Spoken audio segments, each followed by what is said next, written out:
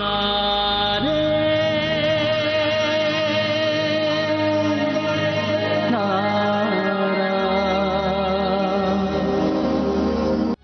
கடவுளே, என் பேத்தி விஷாக்காவை எப்படியாவது கொண்டு வந்துரு. விஷாக்கா எதுக்கா இப்படி பண்ணா? ஏன் அவளோட வாழ்க்கையை தானே பாழாக்கிக்க நினைக்கிறா? அவ மட்டும் கிடைக்கலன்னா என்ன ஆகும்னு தெரியல.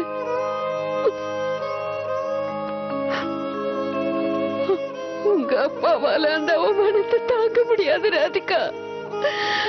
தப்பெல்லாம் ஏன் மேலதான் ராதிகா. நான் எப்பவுமே விஷாக்கா பண்ண தப்பெல்லாம் மறைச்சிட்டேன். பாசத்துல என் கண்ணு குருடாயிடுச்சு. நான் கொடுத்த செல்லத்தாலதான் அவன் இப்படி ஆயிட்டா. தன்னை பத்தி நினைக்கிறாளே தவிர மத்தவங்களை பத்தி அவன் நினைக்கிறதே இல்ல. இப்ப எல்லாரோட மானத்தையும் வாங்குற மாதிரி ஒரு காரியத்தை பண்ணிட்டு போயிட்டாளே. அந்த கடவுள் கூட என்ன பண்ணிக்க மாட்டாரு. அதிகா வேண்டாம்மா, அப்படியெல்லாம் பேசாதீங்க. ராதிகா, இத பாருமா, உன் கண்ணுங்கிட்ட இத பத்தி வேண்டிக்கிறியம்மா. நீ அவர்கிட்ட சொல்லு, விஷாக்கா எப்படியாவது திரும்பி வரணும்னு சொல்லு. என்ன இந்த இக்கட்ல இருந்து காப்பாத்தணும்னு அவர்கிட்ட நீ வேண்டிக்க ராதிகா.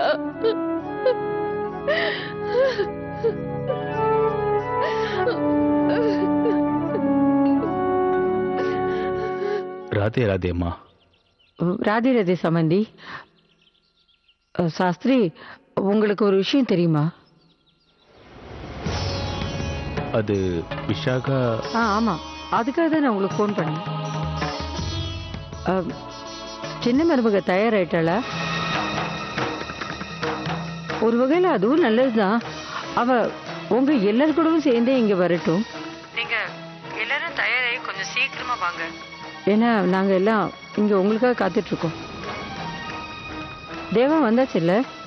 அவரு வரல. வந்துடுவான், இப்ப வந்துடுவான். நான் அவனுக்கு கூட ஃபோன் பண்ணேன்.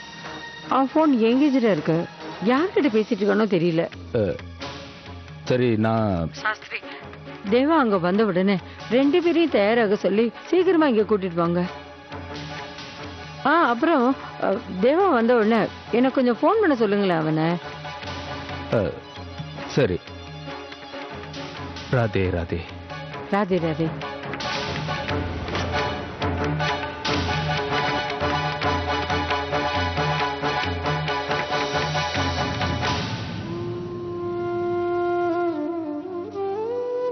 எதுக்காக இப்படி ஒரு விளையாட்டை நீ எங்க கிட்ட ஆடுற கண்ணா? ஏன் எங்க குடும்பத்தை இப்படி கஷ்டப்படுத்தி பாக்குற? உன் மனசு இப்படி இருக்க கூடாது கண்ணா. இதுவரைக்கும் என்னெல்லாம் நடந்ததோ எல்லாமே உன் விருப்பப்படிதானே நடந்தது. அப்படி இருக்கும்போது இந்த பிரச்சனையை தீர்த்து நீதான் விஷாகாவை கூட்டிட்டு வந்து சேர்க்கணும். இங்க பாரு கண்ணா, என் புருஷனோட குடும்பம் அவமானத்தால தலை குனிஞ்சு நிக்கிறத நான் அனுமதிக்கவே மாட்டேன். அதோட எங்க அப்பாவும் அவங்க முன்னாடி தலை குனிஞ்சு நிக்க கூடாது. உன்னை நம்பி இருக்கிற என்னை கைவிட்டுடாத கண்ணா. நீதான் இந்த பிரச்சனையை தீர்க்க எனக்கு ஏதாவது ஒரு வழியை காட்டணும்.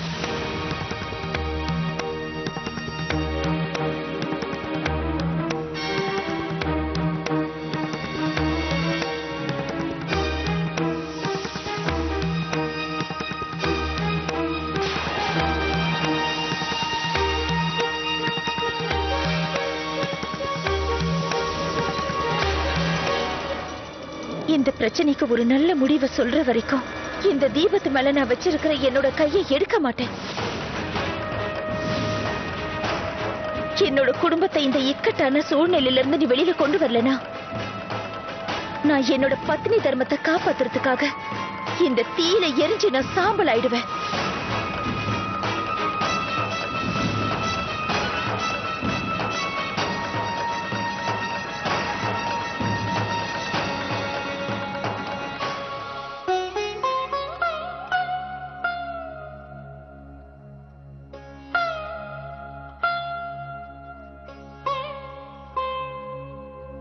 யாருப்பா போனு? தேவா மாப்பிள்ளையோட பாட்டி ஃபோன் பண்ணாங்க. அங்க எல்லாருமே விஷாகா வரணும்னு காத்துக்கிட்டு இருக்காங்க. அவங்க எல்லாரும் சேர்ந்து மாப்பிள்ளைய விஷாகாவை கூட்டிட்டு வர சொல்லி இங்க அனுப்பிச்சிருக்காங்க. நிறைய விருந்தாளிங்க வந்திருக்காங்க. அவங்க பயப்படுறாங்க. சீக்கிரம் வர சொல்றாங்க. பூஜைக்கு முகூர்த்த நேரம் நெருங்கிடுச்சான். பூஜை நேரத்துக்குள்ள அவங்க அங்க போய் சேரலன்னா பண்டிட் குடும்பத்தோட மானம் மரியாதை எல்லாமே வீணா போயிடும்னு அவங்க பயப்படுவாங்கல்ல. அவங்க முன்னால போய் நின்று நான் என்ன பதில் சொல்ல போறேன்னு எனக்கு தெரியல.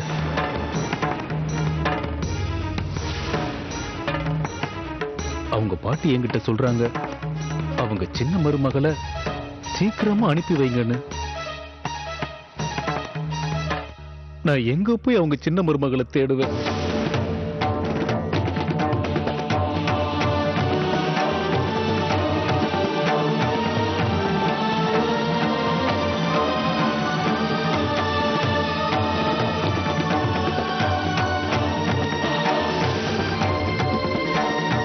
சேஷு, இப்ப என்கிட்ட ஒரு வழி இருக்கு. பூஜை நடக்கும்போது விஷாக்கா இடத்துல விஷாக்காவோட ட்ரெஸ் எல்லாம் போட்டு ராதிகாவை நம்ம அனுப்பி வச்சிடுவோம்.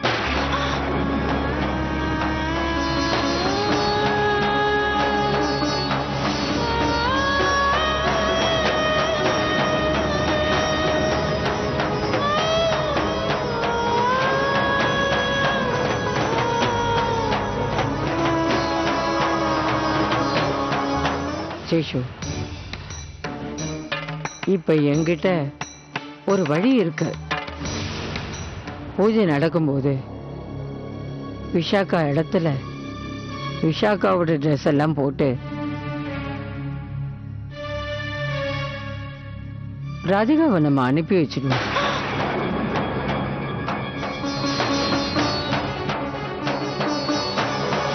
என்னன்னு தெரிஞ்சுதான் பேசுறீங்களா? இது அதர்மம் இல்லையா? இந்த மாதிரி தப்பா யோசிக்கிறதுக்கு உங்களுக்கு எப்படி தோணுச்சு? உனக்கு தெரியல.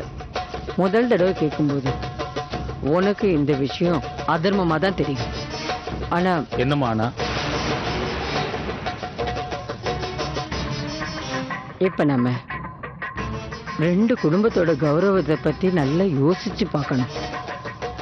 இது நம்ம வீட்டுக்கு மட்டும் இல்லை, சம்பந்தி வீட்டுக்கும் இது ஒரு பிரச்சனை தானே. எனக்கு தெரியும். அதனால விஷாகாவை நான் உடனே தேடி ஆகணும். இல்ல, விஷாகாவை நாம 1 இல்ல 2 மணி நேரத்துல கண்டுபிடிச்சிடலாம். ஆனா அதுக்குள்ள அவங்க வீட்டுல பெரிய பிரச்சனை ஆயிடும்ல. 2 குடும்பத்தோட கௌரவத்தை காப்பாத்தணும்னா இதை விட ஒரு நல்ல வழி எனக்கு இருக்கிறதா தெரியல. நீ நல்லா யோசிச்சு பாரு. நாம எல்லாத்தையும் சமாளிச்சிடலாம். நீ பேசாம விஷாகாவை தேடுற வழிய மட்டும் பாரு.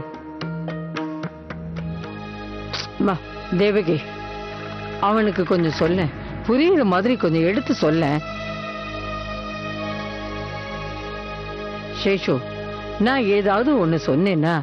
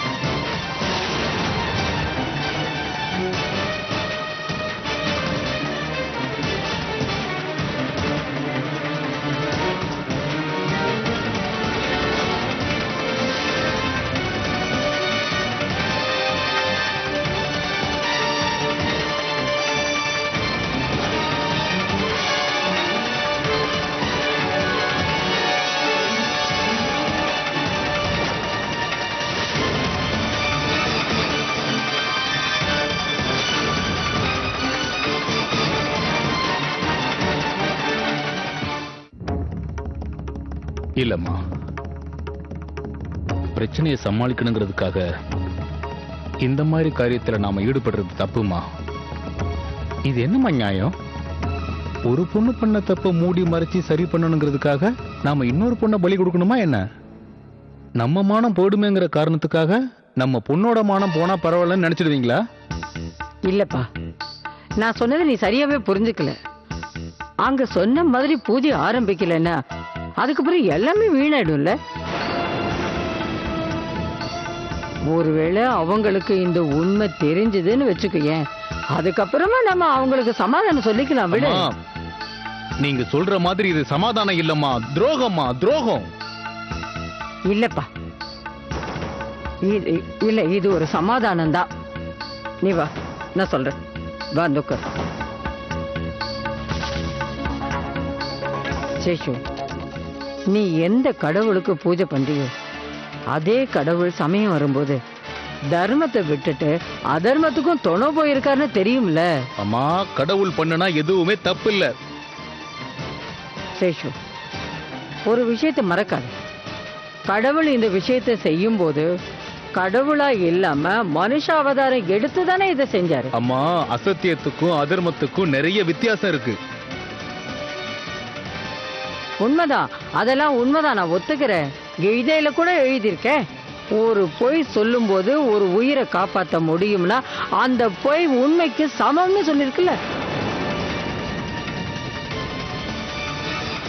இப்ப சொல்லு, பொய் சொல்லி ஒரு உயிரை காப்பாத்தினா அது தர்மமா இல்ல அதர்மமா?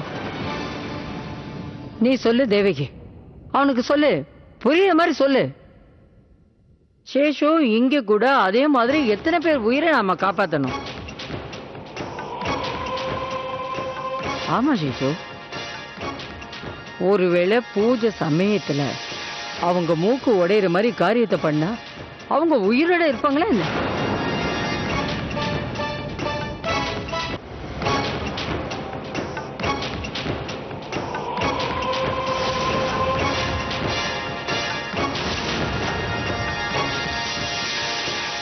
சாரி. It's all right.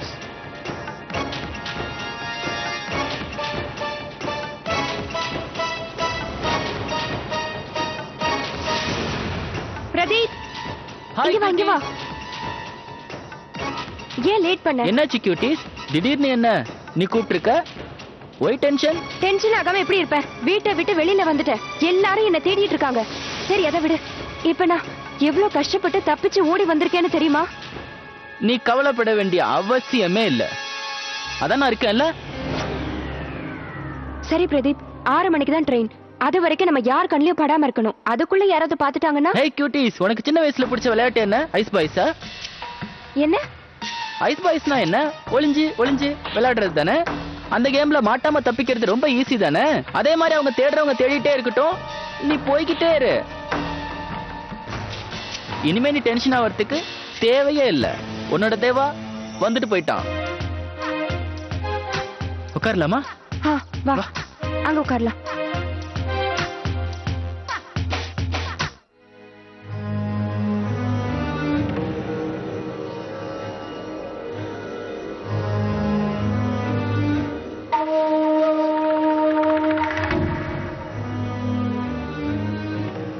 உனக்கு தெரியும் நினைக்கிறேன், இதை விட வேற வழி இல்ல. என்ன பண்றதுன்னு தெரியல. விஷாக்கா திடீர்னு இப்படி பண்ணது நம்ம எல்லாருக்குமே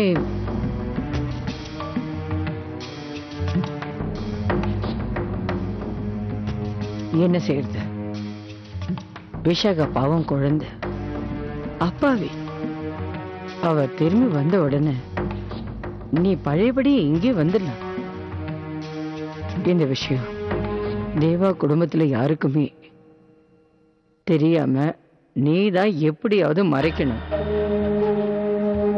சம்பந்தி வீட்டுக்காரங்க எப்பவும் எல்லாரையும் மன்னிக்கிற குணம் உள்ளவங்க. ஆனா மருமகளை எப்படின்னு தெரியல.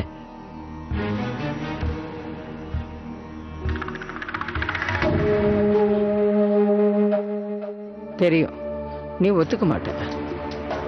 தானே விஷாகா தன்னோட வாழ்க்கையை இப்படி நாசமாக்கிக்கிட்டா. நீ எதுக்கு இப்படி பாக்குற? விஷாக்காவை நீ சகோதரியா தானே நினைக்கிற?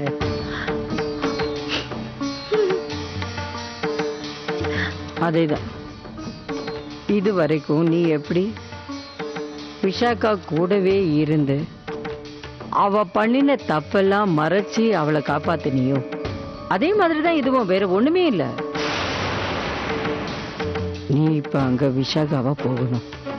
அப்புறம் விஷாகா திரும்பி வர்ற வரைக்கும் நீ விஷாகாவா அங்கேயே இருக்கணும். வேண்டாமா,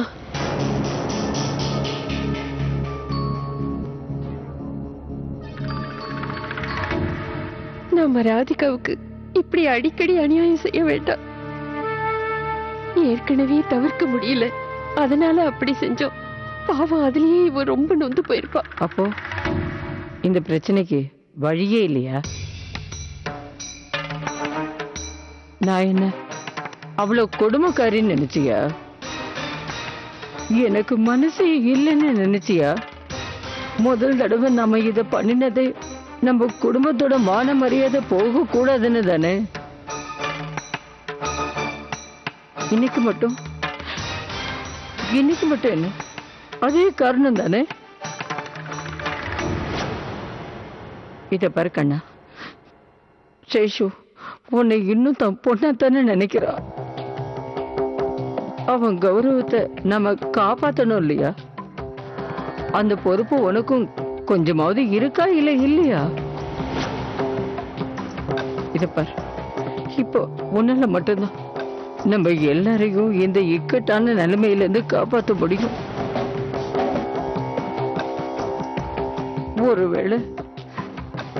ஒருவேளை நீ இதுக்கு சம்மதிக்கலன்னா அதுக்கு ஒரே ஒரு காரணம் தான் இருக்க முடியும்னு நான் சொல்லுவேன். உனக்கு கவலை இல்லை, நாங்க எப்படி என்ன ஆனாலும் உனக்கு கவலை இல்லை. உனக்கும் இந்த குடும்பத்துக்கும் சம்பந்தம் இல்லை நீ நினைக்கிற அதானே?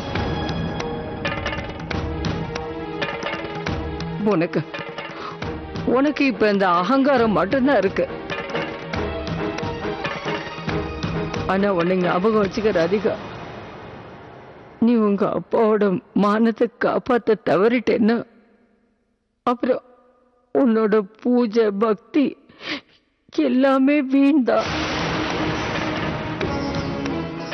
எல்லாமே வீண்டா ராதிகா, எல்லாமே வீண்டா.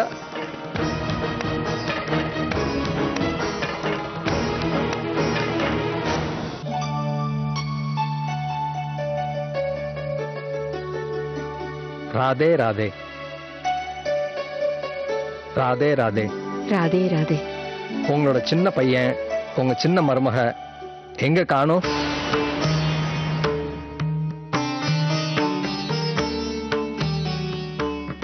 இல்ல அவங்க வந்துகிட்டே இருக்காங்க.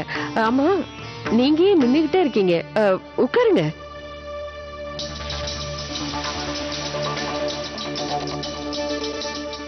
இப்பதான் ஒருத்தர் தேட ஆரம்பிச்சிருக்காரு.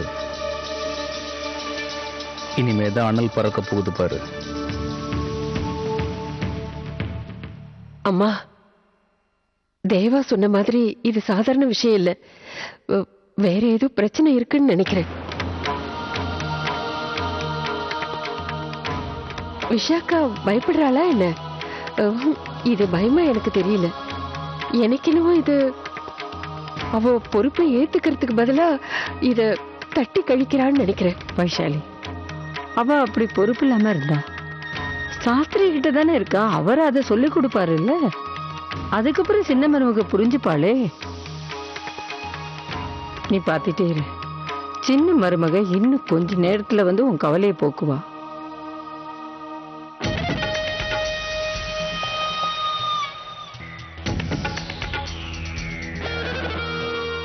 சித்திமா, அவனுக்கு உண்மையிலேயே பொறுப்புன்னு ஒண்ணு இருந்திருந்தா அவன் இங்க இருந்து போயிருப்பானா? நீங்களே சொல்லுங்க. நீ ஏன் அப்படி சொல்ற சுசி?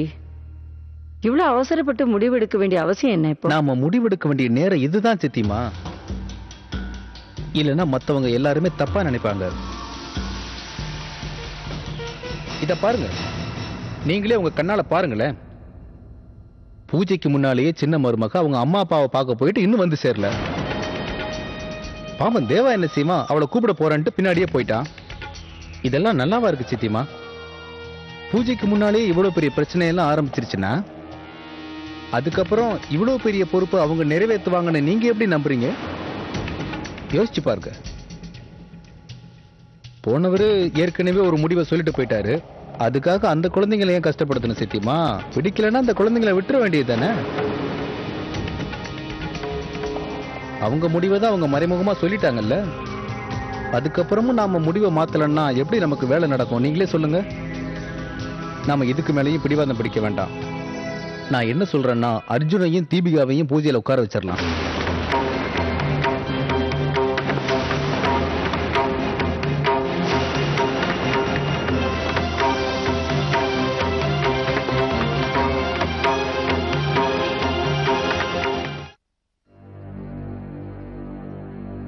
சேஷு, மாப்பிள்ளை கிட்ட பேசிட்டியா நீ? போனே எடுக்கலம்மா. ராதிகா என்ன சொன்னா? அவளை சம்மதிக்க வைக்க நாங்க முயற்சி பண்ணிட்டு தான் இருக்கோம். ஒருவேளை அவ அந்த குடும்பத்தை நினைச்சு பயப்படுறாளா என்னவோ. இதுக்கப்புறம் அந்த கடவுள் என்ன பண்றாரோ பண்ணட்டும் போ. யாரு? உள்ள வாங்க.